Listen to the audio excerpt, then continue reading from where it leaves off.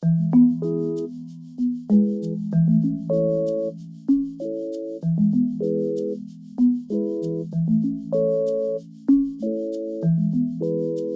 I work with faculty, so I'm always looking to see what faculty are doing with their education and teaching activities.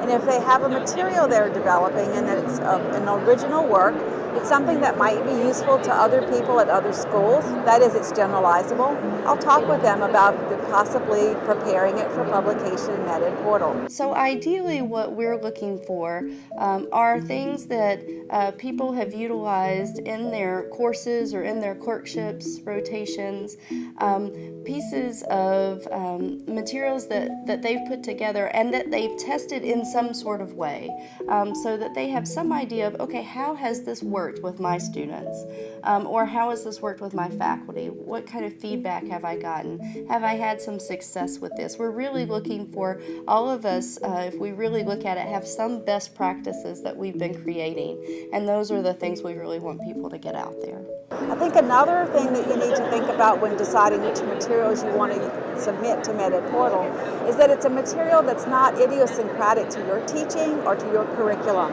That it's got to be the kind of material that someone could take, use it with the same level of integrity as quality as the author, and it fits well within whatever curriculum they have or whatever teaching style they tend to use. Materials that can be easily adaptable for use by others, so it's important that the material that's there be flexible enough to be generalizable in other settings.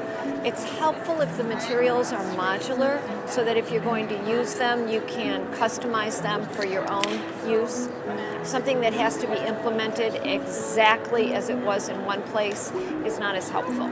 Anything that is related to curriculum or assessment, or anything that's related to processes. For instance, if you created a mentorship program, or if you created a model where students will peer teach. The process of creating that educational model is the kind of thing that a journal would not accept, but MedEdPORTAL would accept.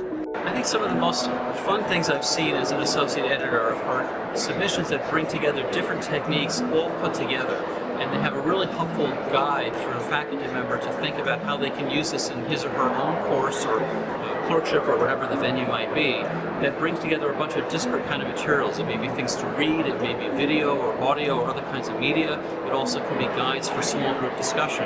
And they have this package that they can use as is, or they can take it and modify it any way they want and kind of run with it. Not everything that you do in terms of teaching and education, not every material that you develop in teaching is going to be appropriate for MedEdPORTAL. But I would venture to say that any educator, any medical educator or teacher's got something that they could develop, refine it, and submit it to MedEdPORTAL.